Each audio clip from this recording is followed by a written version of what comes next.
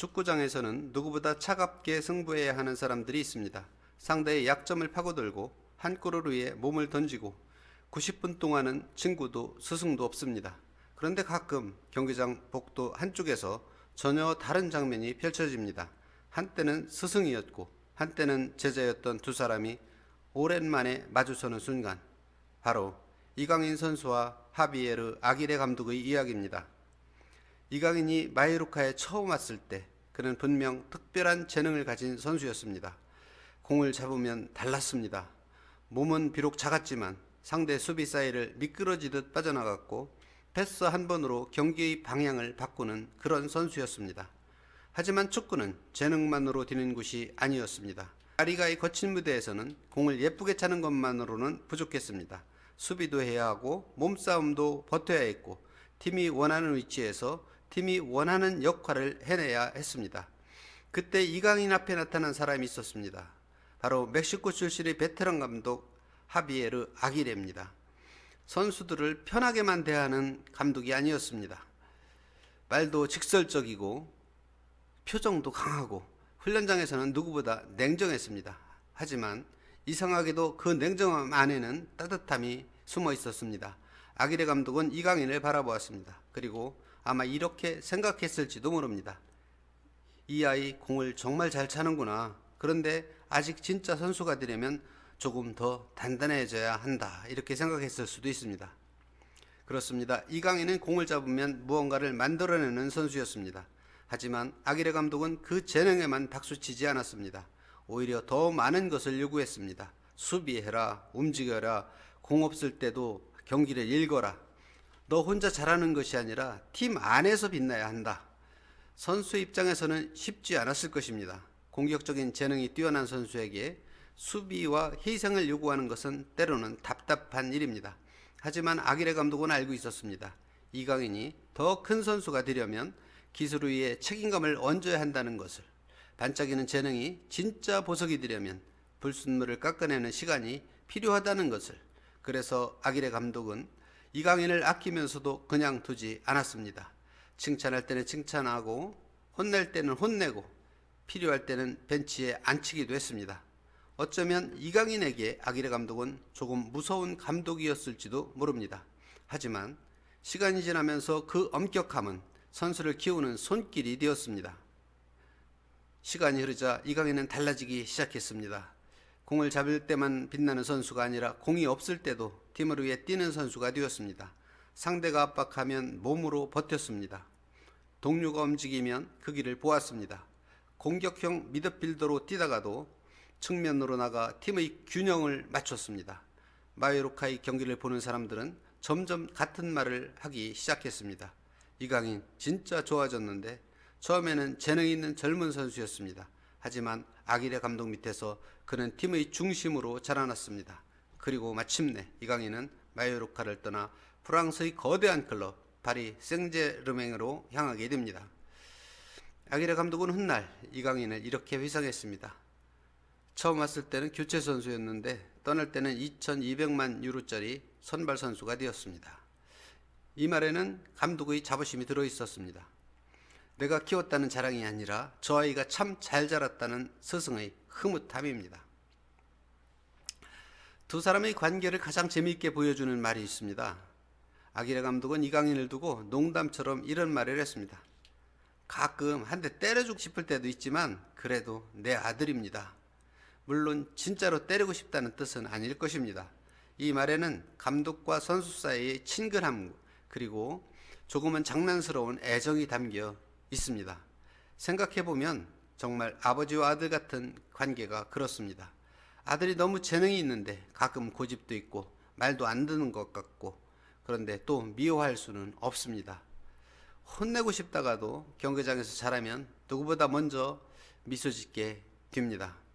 아기레 감독에게 이강인은 단순한 선수가 아니었습니다. 손이 많이 갔지만 그만큼 정이 많이 든 선수, 혼내면서 키웠고 기다리면서 믿었고 결국 크게 성장하는 모습을 본 제자였습니다.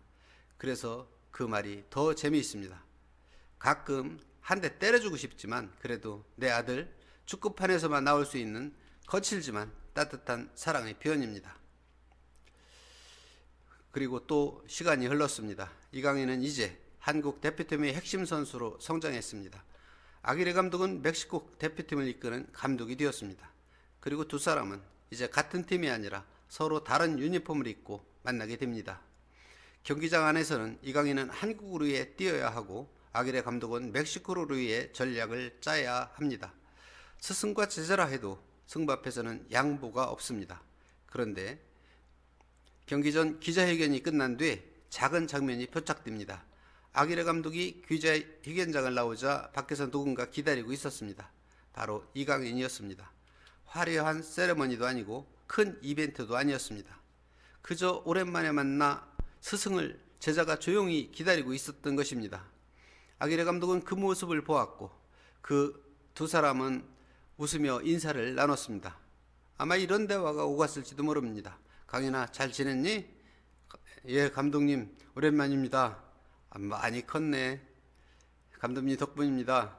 물론 실제 대화는 알 수는 없습니다. 하지만 그 장면만으로도 우리는 느낄 수 있습니다.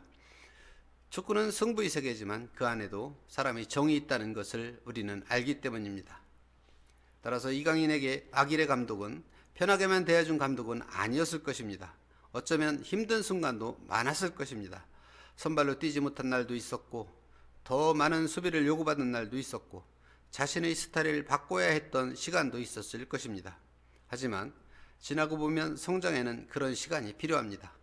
좋은 스승은 제자가 좋아하는 말만 해주지 않습니다. 때로는 불편한 말을 합니다. 지금으로는 부족하다. 더 뛰어야 한다. 내 재능을 팀을 위해 써라.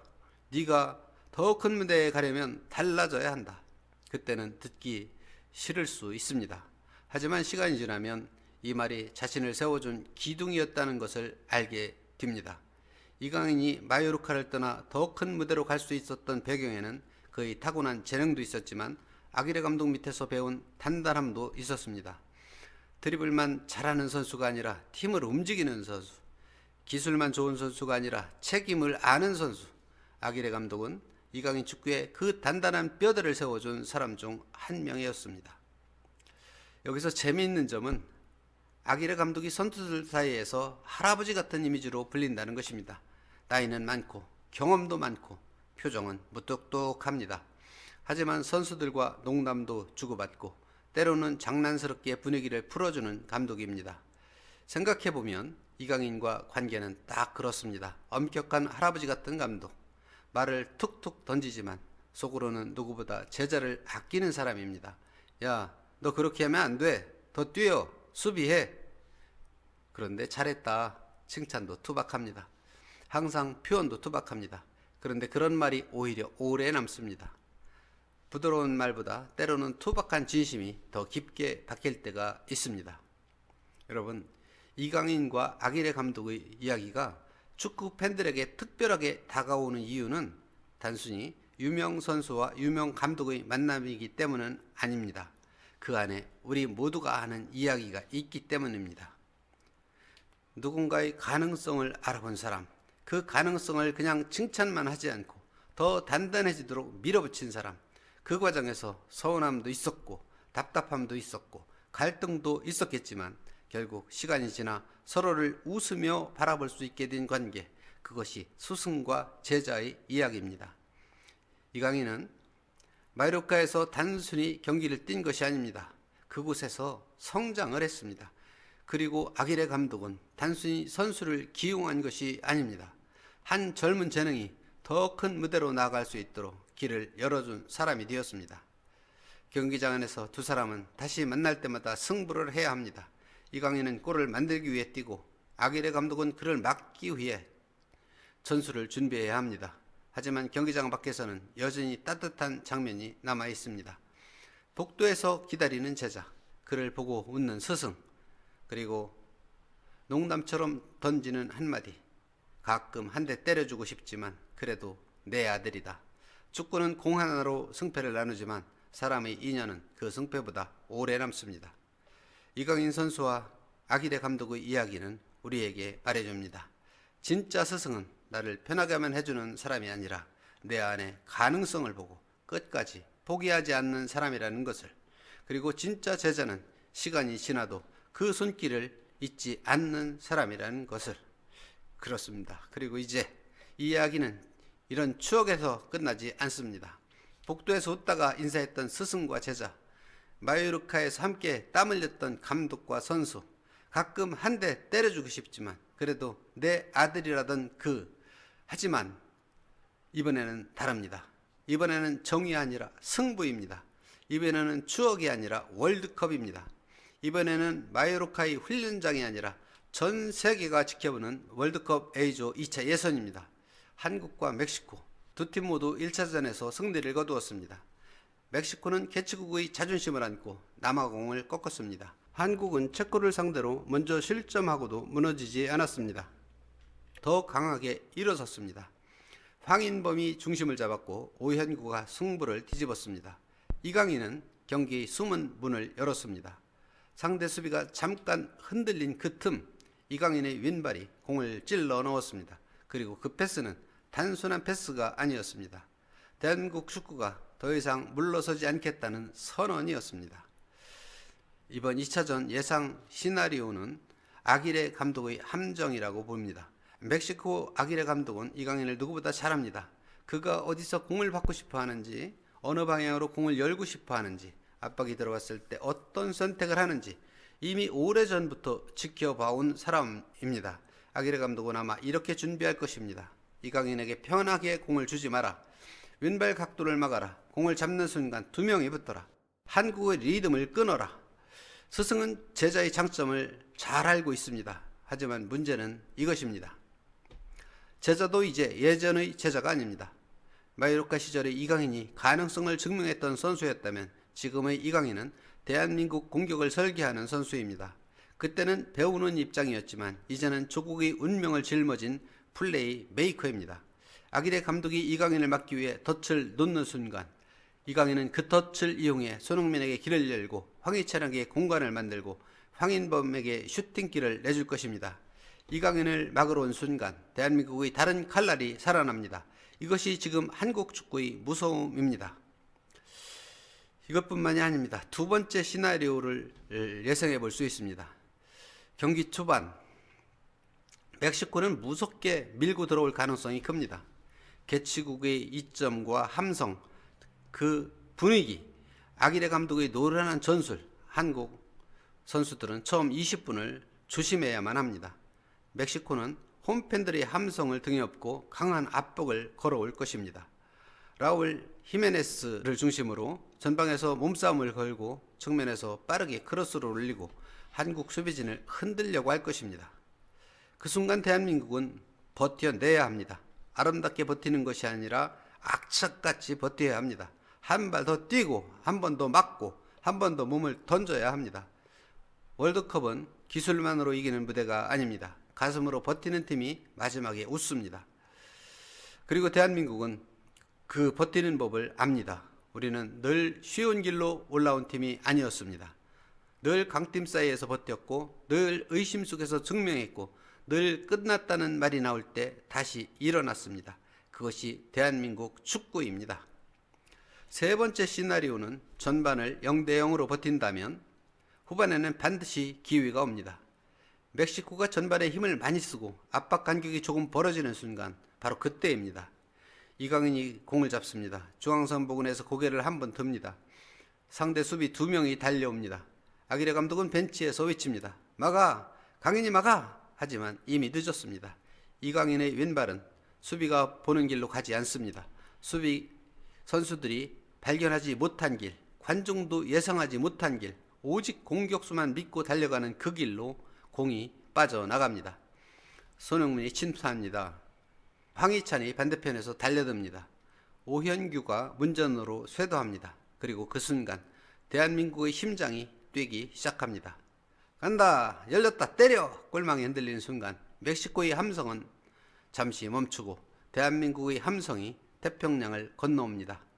서울에서, 부산에서, 인천에서, 대전에서, 광주에서, 대구에서 그리고 밤새 태극기를 들고 응원하던 모든 사람들이 한마디가 터져 나옵니다. 대한민국! 하지만 제가 그려보는 가장 예측한 시나리오는 이것입니다. 전반전은 멕시코의 공세, 한국은 김민재를 중심으로 버틸 것입니다. 후반 초반 멕시코가 한 골을 넣으면서 먼저 앞서갑니다. 하지만 대한민국은 체코전처럼 무너지지 않았습니다. 먼저 맞아도 쓰러지지 않습니다. 후반 65분 이강인의 전진 패스에서 시작된 공격, 황인범이 중거리 슈팅으로 동점골을 만듭니다. 그리고 후반 82분 손흥민이 왼쪽에서 수비를 끌고 이강인이 중앙에서 공을 잡습니다. 모두가 슈팅을 예상하는 순간 이강인은 한 박자 늦춥니다. 그 짧은 침묵, 그 찰나의 정적, 그리고 문전을 찔러 넣는 왼발 패스, 오연규의 섀도, 오연규가 슛을 때립니다. 골입니다. 대한민국이 2대1로 역전합니다. 스승 아기레 감독은 벤치에서 씁쓸하게 웃었습니다. 역시 내가 알던 강인이가 아니구나.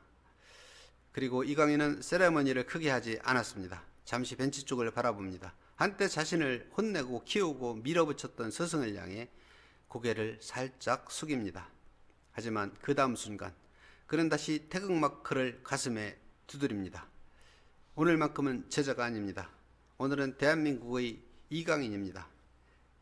이강인과 아기레 감독의 만남은 단순한 축구 경기가 아닙니다. 이것은 스승을 넘어서는 제자의 이야기입니다.